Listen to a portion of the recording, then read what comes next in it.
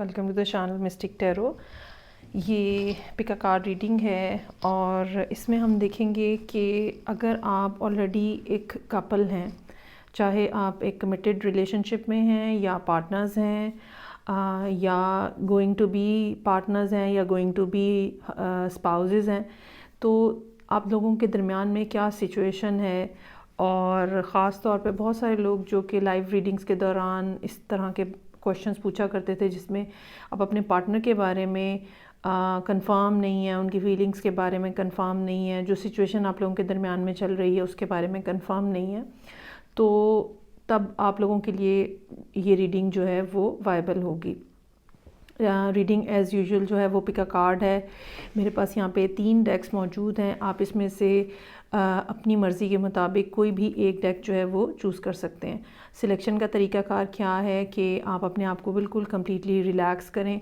जिस पर्सन के बारे में, जो आपके पार्टनर हैं, स्पाउस हैं, ठीक है, या जिनके साथ आपकी कपलिंग है, उनके बारे में सोचें और ये सवाल करें कि एग्ज़ैक्टली उनके साथ और आपके दरमियान में क्या इस टाइम पे सूरत हाल है।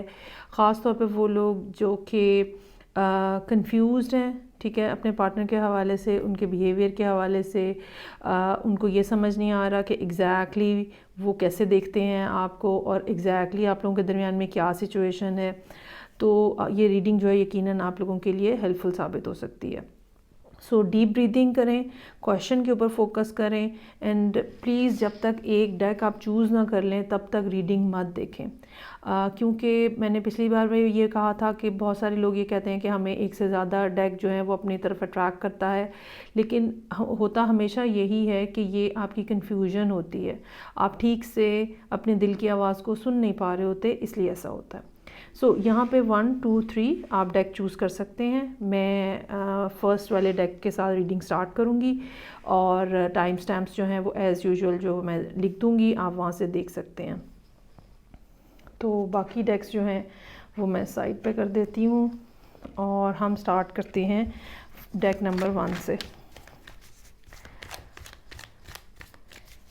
Okay, so kindly remain focused upon your partner whether male और फीमेल। सो सबसे पहले देखते हैं कि वो लोग जिन्होंने ये डेक नंबर 1 चूज़ किया है, एग्जैक्टली क्या सिचुएशन है इस टाइम पे आपके और आपके पार्टनर के दरमियान में।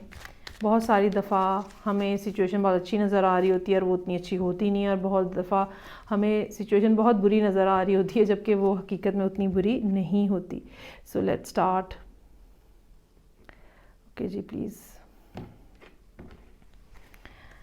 अच्छा जी, I have over here high priestess and 2 of swords.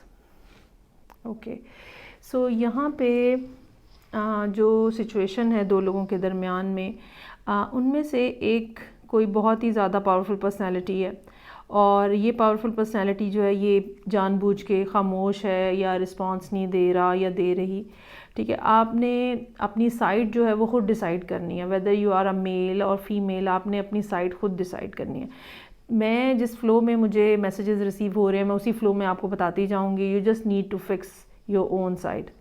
So there is someone जो कि बहुत ज़्यादा स्ट्रॉन्गर पर्सनैलिटी है, इंट्यूटिव पर्सनैलिटी है। ये कोई वाटर साइन हो सकता है, ख़ास तौर पे पाइसेस, कैंसर, और ये जानबूझ के खामोश हैं। और ये भी हो सकता है कि ये कोई बात छुपा रहे हों, ये कोई बात जो है वो बता नहीं रहे हों। उसका नतीजा ये निकला है कि दूसरा पर्सन जो कि कोई एयर साइन हो सकता है वो भी क्लोज्ड ऑफ हो गया है। उसने कोशिश की है, जवाब मिला नहीं है चूँकि, तो वो भी अब इस टाइम पे चुप है। सो ये 2 ऐसे लोगों की कहानी है या 2 ऐसे लोगों की रीडिंग है जहाँ पे दोनों जो हैं वो अपनी अपनी जगह पे खामोश हैं। ये पर्पसली कोई एक पर्सन जो है वो पर्पसली खामोश है, जबकि दूसरा पर्सन जो है वो नाराज़ होकर खामोश है। मुझे कोई बात नहीं सुननी, अब मुझे अब कोई बात नहीं करनी, मुझे अपने कोई इमोशंस शेयर नहीं करने, ये पर्सन जो है ये इस तरह से सोच रहा है। लेकिन ये पर्सन जो है, there is something which has been hidden by this person, और ये इस वजह से भी चुप है। सो अब आप तो देख रहे हैं ये रीडिंग, ठीक है, लेकिन आपके पार्टनर जो हैं हम अब उनके बारे में कार्ड्स निकालेंगे। सबसे पहला कार्ड जो है वो ये होगा कि आपके पार्टनर जो हैं वेदर मेल और फीमेल वो इस सिचुएशन को कैसे देख रहे हैं। अच्छा जी, चूँकि फ्री स्टाइल रीडिंग है सो कार्ड्स की शफलिंग जो है वो दरमियान में काफ़ी ज़्यादा रहेगी। Okay, so this is how they are seeing the situation. और मेरे पास यहाँ पे मौजूद है 10 ऑफ वॉन्ड्स। उनके लिए ये सारी सूरत हाल को हैंडल करना बहुत मुश्किल है, इमोशनली बहुत मुश्किल है, मेंटली बहुत मुश्किल है, स्पिरिचुअली बहुत मुश्किल है। और उसमें भी एक प्रॉब्लम जो नज़र आ रही है वो ये कि ना सिर्फ उनके लिए सिचुएशन हैंडल करना मुश्किल है बल्कि शायद उनकी हैंडलिंग का तरीका भी अप्रोप्रिएट नहीं है। शायद कोई और बेहतर तरीका है जो कि वो अगर इस्तेमाल करें तो वो आपसे बेहतर अंदाज में कम्युनिकेट कर सकते हैं या इस सिचुएशन के अंदर कोई ना कोई ब्रेक थ्रू ला सकते हैं। ओके जी, so it is very difficult for them to handle all this. अच्छा जी, दूसरा सवाल हम ये पूछेंगे कि what exactly they are thinking at this moment. या जब भी आप ये रीडिंग देखेंगे, चूँकि ये टाइमलेस है, तो जब भी आप ये रीडिंग देखेंगे अपने पार्टनर के बारे में, what they are thinking at this moment. अच्छा जी, वो ये एक्सपेक्ट कर रहे हैं कि आप उनको लव ऑफ़र करें। नाउ वो ये चाहते हैं कि नाउ इट्स द टाइम कि आपकी तरफ से कोई इनिशिएशन हो, आप उनको आके दोबारा से कुछ ना कुछ एक्सक्यूज़ करें। अगर एक्सक्यूज़ वाली बात है, अगर इजहार मोहब्बत करने वाली बात है तो वो करें। मतलब आपकी तरफ से इनिशिएशन जो है वो एक्सपेक्ट कर रहे हैं कि अब आपको ही करना है या आपको करना चाहिए। Now it's your turn. अच्छा जी, नेक्स्ट जो क्वेश्चन है वो ये है कि उनका बिहेवियर आपकी तरफ कैसा है। ठीक है, ये तो वो इंटरनली फ़ील कर रहे हैं ना, लेकिन एक्सटर्नली वो आपके साथ क्या, आपकी तरफ कैसा बिहेव कर रहे हैं, या ये कि क्या सिर्फ बात ही नहीं कर रहे हैं या there is something else as well.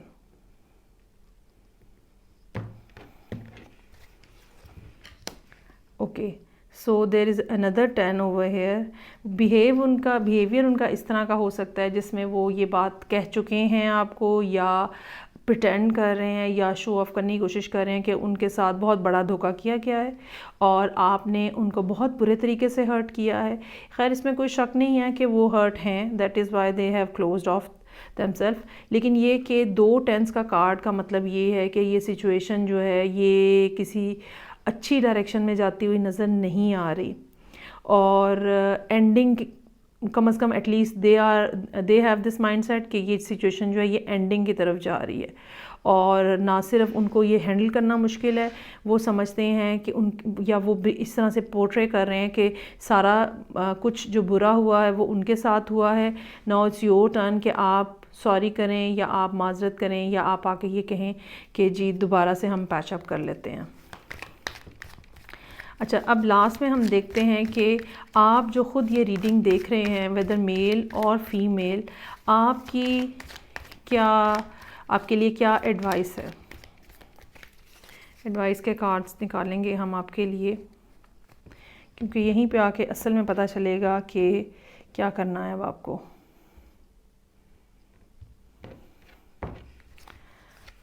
अच्छा जी, so I have over here 7 of wands, 3 of cups, justice, और बॉटम ऑफ द डेक है पेज ऑफ swords।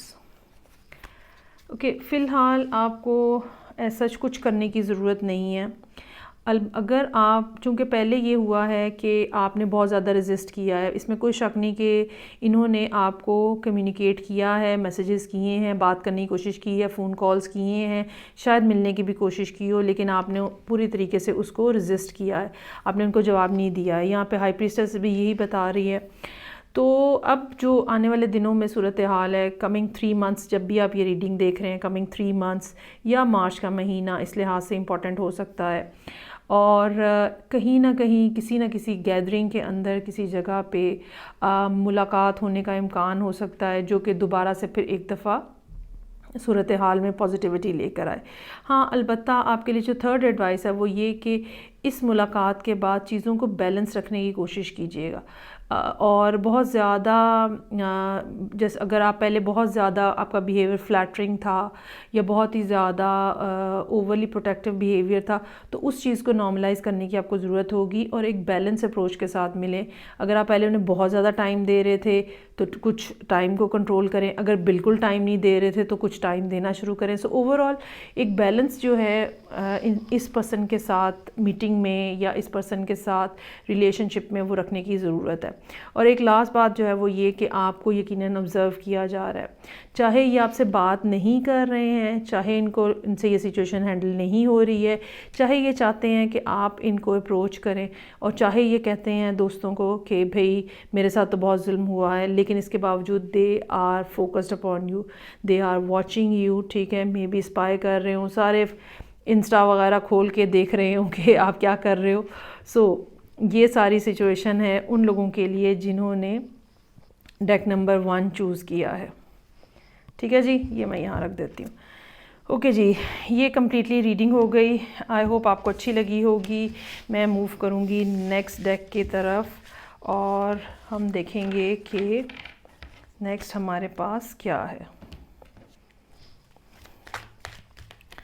अच्छा जी, सेम क्वेश्चंस यही होंगे डेक नंबर 2 के साथ जो पहले मैंने किए हैं। तो स्टार्ट लेते हैं रीडिंग नंबर 2 का। सबसे पहले देखते हैं वो लोग जिन्होंने डेक नंबर 2 चूज़ किया है, उनकी क्या सिचुएशन है उनके पार्टनर के साथ, स्पाउस के साथ, exactly what's going on there. Okay जी,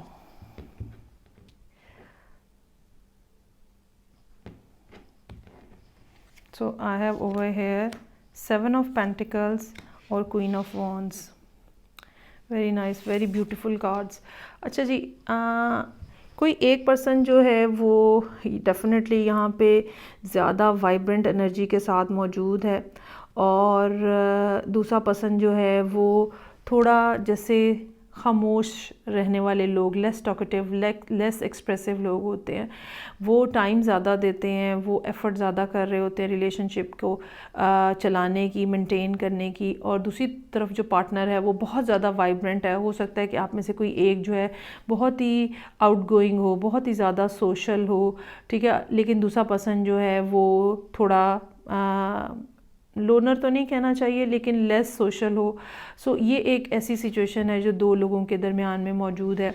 ये भी हो सकता है कि आप में से कोई एक पर्सन जो है वो काम के हवाले से ज़्यादा वरीड हो और वो अपना करियर बनाने के लिए ज़्यादा एफ़र्ट कर रहे हो और उनका ज़्यादा फोकस जो है वो उसी तरफ हो। ऑन द अदर हैंड जो दूसरा पर्सन है जो बहुत ज़्यादा वाइब्रेंट है, वो ज़्यादा स्टैब्लिश्ड और ज़्यादा अकोमोडेटिव लग रहा है, ठीक है, और उसी की तरफ से ज़्यादा ऑफ़र्स हैं, ज़्यादा इनिशिएशन है रिलेशनशिप को आगे चलाने की। अब सबसे पहले हमारा क्वेश्चन जो है वो ये होगा कि आप तो रीडिंग देख रहे हैं, लेकिन जिनके बारे में आपका क्वेश्चन है वो इस सिचुएशन को कैसे देखते हैं।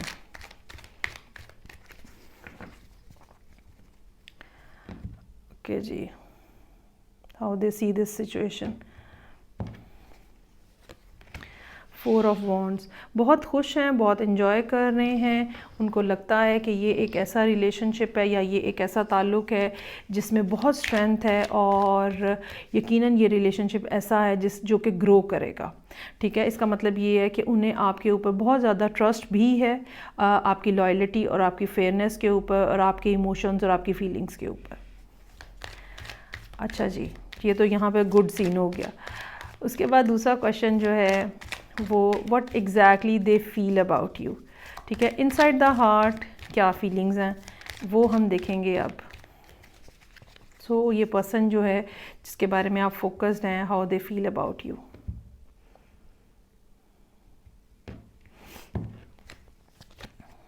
टेन ऑफ सोर्ड्स, अच्छा जी, इनको ये लगता है कि आप जो, अच्छा ये हालांकि यहाँ पे फायर साइन नज़र आ रहा है, लेकिन ये पर्सन आपको ऐसे देख रहे हैं कि जैसे आप ज़िंदगी के अंदर फोकस्ड नहीं हो और एक से ज़्यादा चीज़ों के अंदर इन्वॉल्व हो, या आप ज़िंदगी के अंदर फोकस नहीं हो और यही वजह है कि कभी आप कुछ कर रहे होते हो, कभी आप कुछ कर रहे होते हो।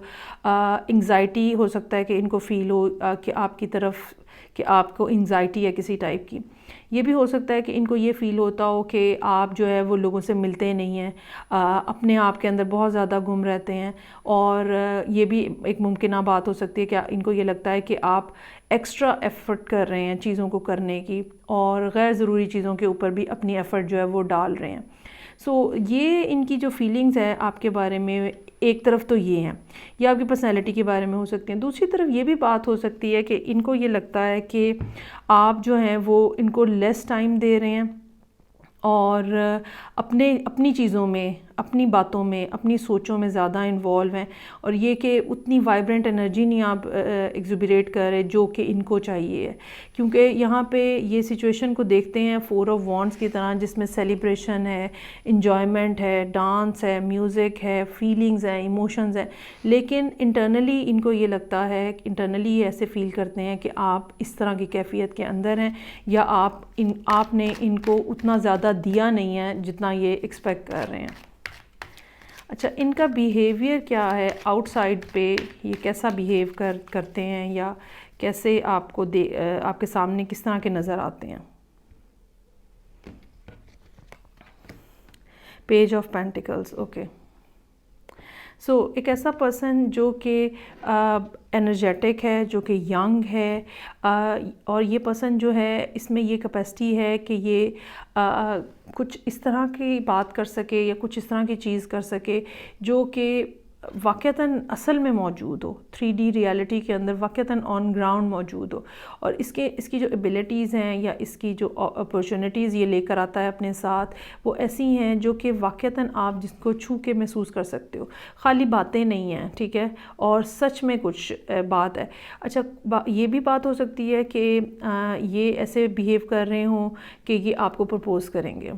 ये भी हो सकता है कि ये ऐसे बिहेव कर रहे हों कि ये अब आपको रिंग पेश करेंगे, ठीक है, कुछ ना कुछ ये भी बात जो है वो यहाँ पे नज़र आ रही है।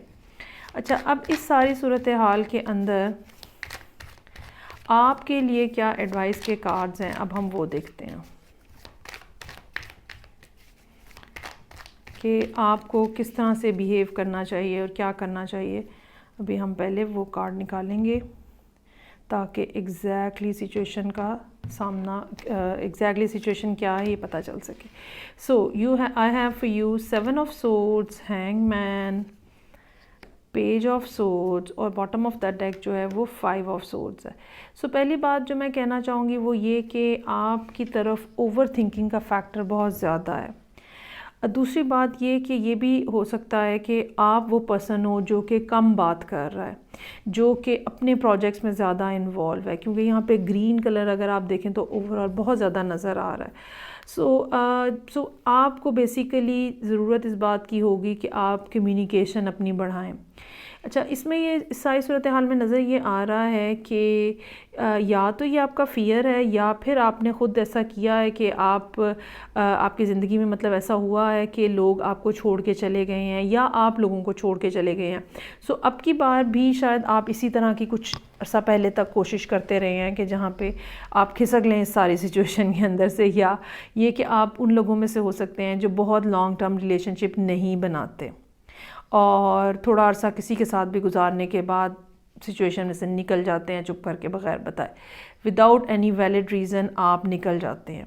लेकिन अब की बार जो है इस सारी सूरत हाल के अंदर, अब या तो ये पर्सन बहुत ही ज़्यादा आपके लिए एनर्जेटिक और कैची है, क्योंकि आप कलर कॉम्बिनेशन अगर आप देखें तो यहाँ से यही नज़र आता है।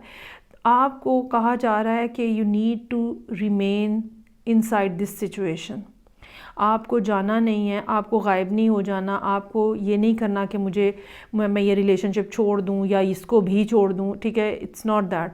आपको यहाँ पे रुकना है, you need to see few things जो कि ऑलरेडी आप इग्नोर कर देते हैं।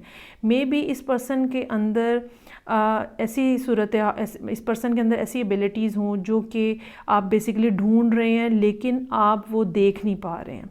सो अपना देखने का नज़रिया चेंज करें, आपको आने वाले दिनों में इसकी ज़रूरत पड़ेगी। और ये भी अच्छा, इस सारी सूरत हाल के अंदर अगर आपने ये डेक चूज़ किया था ठीक है। तो चांसेस आर देयर कि तकरीबन 1 साल का टाइम पीरियड इम्पॉर्टेंट हो सकता है जब भी अब आप ये रीडिंग देख रहे हैं। तो हैंगमैन यहाँ पे मौजूद है, आपको इंतज़ार करने को कहा जा रहा है, आपको अपना पॉइंट ऑफ व्यू बदलने को कहा जा रहा है, आपको ये कहा जा रहा है कि किसी और के पर्सपेक्टिव से भी चीज़ों को देखें। और वो जो एक आपके जहन पे प्रेशर आ जाता है, जो असल में होता क्या है कि बाज़ दफ़ा लोग ये महसूस करते हैं कि रिलेशनशिप ने उनको जकड़ लिया है, और आप में से कोई एक पर्सन जो है वो ऐसा है जिसको ये फ़ील होता है कि रिलेशनशिप ने उसको ऐसे ग्रैब कर लिया हुआ है। सो अब आपको अपने आप के अंदर ये चेंज लाने की ज़रूरत है। कोई भी रिलेशनशिप जो है वो इस तरह का नहीं होता अनटिल अनलेस कि आपने अपनी बाउंड्रीज़ नहीं फ़िट की हुई। और ये जो बैक ऑफ द माइंड आपके मुख्तलिफ थाट्स आती रहती हैं, मुख्तलिफ बातें आप सोचते रहते हैं, ओवर थिंकिंग का फैक्टर है, इसको भी आपको कंट्रोल करने की ज़रूरत होगी। अच्छा, ये ज़रूर मैं आपको कहना चाहूँगी कि अगर आप बहुत ज़्यादा मिलते नहीं हैं या बहुत ज़्यादा मिल नहीं सकते, तो अपनी एक ऑनलाइन कम्युनिकेशन ज़रूर मेंटेन रखें। और यकीनन जो है वो आपको वक्त के साथ साथ एहसास होगा कि कैसे इस पर्सन ने आपकी लाइफ के अंदर मुख्तलिफ ऐसी चीज़ें इन्वॉल्व की हैं या मुख्तलिफ ऐसी चीज़ें लेकर आया है जो कि शायद पहले आपको नहीं पता थी या आपको समझ नहीं थी उसकी। सो मुझे ये लगता है कि बहुत हद तक चांसेस यही हैं कि आप इस सिचुएशन के अंदर वो हैं जो कि या तो बहुत ज़्यादा ओवर थिंकिंग का शिकार हैं, या आपको इस टाइम पे ये लग रहा है कि भाई मैं तो स्टक हो गया हूँ इस सिचुएशन में ना। मतलब शायद थोड़े अरसे में, अगर अभी नहीं लग रहा फौरी तौर पे, तो हो सकता है थोड़े अरसे में आपको ये फ़ील होना शुरू हो जाए। सो आपको अपनी मेंटल सिचुएशन के ऊपर बहुत ज़्यादा काम करने की ज़रूरत है। अच्छा जी, ये थी रीडिंग नंबर 2 और डेक नंबर 2 के साथ। अब मैं आगे बढ़ूँगी और हम देखेंगे कि लास्ट और थर्ड रीडिंग। सबसे पहला क्वेश्चन जो है वो ये है कि इस पर्सन के साथ जिसके बारे में आपने ये क्वेश्चन किया है, क्या सिचुएशन है एग्जैक्टली जो कि आप दोनों के दरमियान में मौजूद है। अच्छा जी, let's see what is the situation between the two people. So I have over here 8 of swords और justice. अच्छा, ये सिचुएशन ऐसी हो सकती है जहाँ पे कोई एक शख्स जो है वो किसी न किसी लीगल सिचुएशन के अंदर फंसा हुआ है। ठीक है, फॉर एग्ज़ाम्पल अगर ये आपके हस्बैंड हैं तो किसी लीगल क्लॉज की वजह से मिल नहीं पा रहे हैं आपसे। अगर ये आपके पार्टनर हैं तो बिल्कुल ऐसा हो सकता है कि ये ऑलरेडी किसी डिवोर्स प्रोसेस से गुज़र रहे हो। सो देयर इज़ समथिंग जो कि ऑलरेडी चल रहा है, अंडर प्रोसेस है, और दूसरा पर्सन जो है वो उस प्रोसेस के अंदर फुली स्टक है, जिसका नतीजा ये निकल रहा है कि आपको समझ नहीं आ रही कि अब क्या किया जाए। या ये आप ख़ुद हैं जो ऑलरेडी एक डिवोर्स में से या किसी इस किस्म की सूरत हाल में से जहाँ पे कुछ ना कुछ लॉज को, रूल्स को फॉलो करना है, और पर्सन को समझ नहीं आ रही कि अब मैं क्या करूँ या कहाँ जाऊँ। ठीक है, लिटरली ये बात उनके जहन में हो सकती है, किसी एक पर्सन के जहन में ये बात हो सकती है कि अब मैं क्या करूं, अब मैं कहाँ जाऊं, अब मैं आगे कैसे बढ़ूं, और अब इस सिचुएशन को आगे कैसे बढ़ाया जाए। अभी हम फर्दर कार्ड निकालते हैं, वहाँ से हमें पता चलेगा कि एग्जैक्टली क्या है सूरत हाल। जिस पर्सन के साथ आप डील कर रहे हैं वो इस सिचुएशन को कैसे देखते हैं, ये हमारा क्वेश्चन नंबर 1 है। How they see this situation. अच्छा जी, King of Wands. They are happy with all that, और उनको ये लगता है कि वो इस टाइम पे एक अथॉरिटेरियन फिगर हैं, उनके कंट्रोल में सारी चीज़ें हैं, वो किसी टाइम भी एक्शन ले सकते हैं, और वो अपने आप को इस टाइम पे बहुत स्ट्रॉन्ग, बहुत ज़्यादा स्टेबल और सेट फील कर रहे हैं, और इस सिचुएशन के बारे में भी वो बहुत ज़्यादा होपफुल है। और बिल्कुल ऐसा नहीं लग रहा कि उनको किसी किस्म की कोई परेशानी है या वरी है। बेसिकली ये स्टेट उस वक्त होती है परेशानी ना होने की जब आपको पता होता है कि आउटकम जो है किसी भी सूरत हाल का वो मेरी मर्ज़ी के मुताबिक होगा, तो फिर आपको कोई फ़िक्र नहीं रहती है। सो यहाँ पर भी ये सूरत हाल है, ठीक है, और उनको इस बात का भी यकीन है कि वो जब चाहें एक्शन भी ले सकते हैं, कोई उनके ऊपर रिस्ट्रिक्शन नहीं है, वो किसी तरह का प्रॉब्लम नहीं फ़ील कर रहे। सो चांसेस आर देयर कि ये 8 ऑफ सोर्ड्स के साथ आप ही हैं जो कि बहुत ज़्यादा परेशान हैं और जिनको कुछ समझ नहीं आ रही। अच्छा जी, how they feel about you inside their heart, how they feel about you, exactly क्या महसूसात हैं उनके, क्या फीलिंग्स हैं उनकी। एस ऑफ वॉन्ड्स, वाओ ज़बरदस्त। उनके लिए आप एक ऐसी शुरुआत हैं, ऐसी बिगिनिंग हैं जो कि जिसके अंदर एक ऐसा रिलेशनशिप है जिसके अंदर बहुत चार्म है, बहुत ग्रोथ है। ये रिलेशनशिप जो है फ़िज़िकल भी हो सकता है, या ये कह लें कि ये अट्रैक्शन फ़िज़िकल भी हो सकती है और स्पिरिचुअल भी हो सकती है। बहुत सारे लोग फ़िज़िकल रिलेशनशिप को स्पिरिचुअल कॉन्टेक्स्ट में नहीं समझ पाते।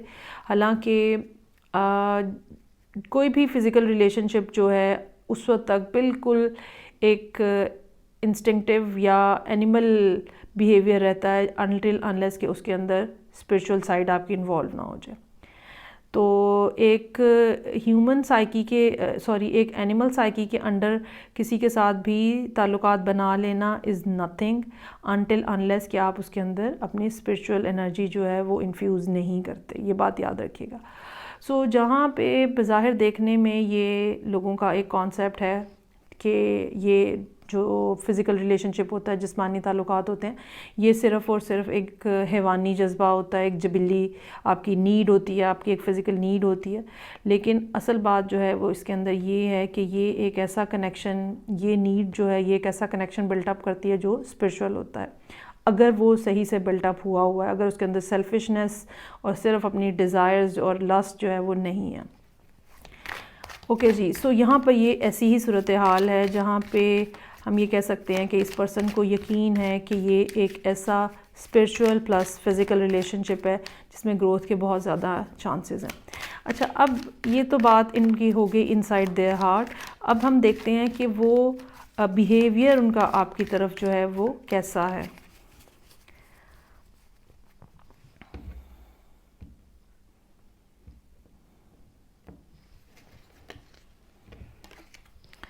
अच्छा जी, बिहेवियर उनका बहुत, वाओ यार, ये किसने ये रीडिंग किसने चूज़ की है भाई।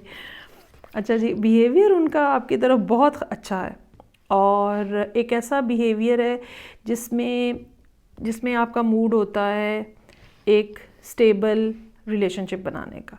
अगर आप लोग मैरिड नहीं हैं तो शादी करने का, घर देने का, फैमिली बनाने का, एक ऐसा रिलेशनशिप बनाने का जिसके अंदर एक दूसरे के साथ आप लोग इस तरह से कनेक्टेड हैं कि जहाँ पे पैशन भी है, फिज़िकलिटी भी है और जहाँ पे रिलायबिलिटी का फैक्टर भी है।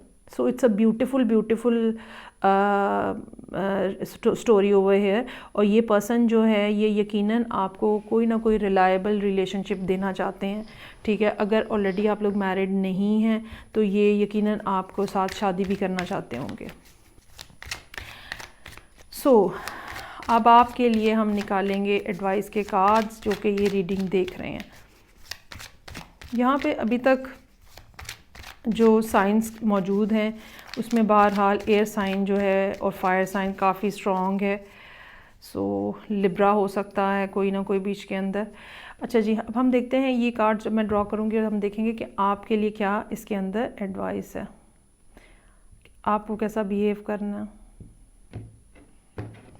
सो I have over here emperor, wow, 10 of swords और 3 ऑफ कप्स। अच्छा जी, बॉटम ऑफ द डेक जो है वो किंग ऑफ कप्स है।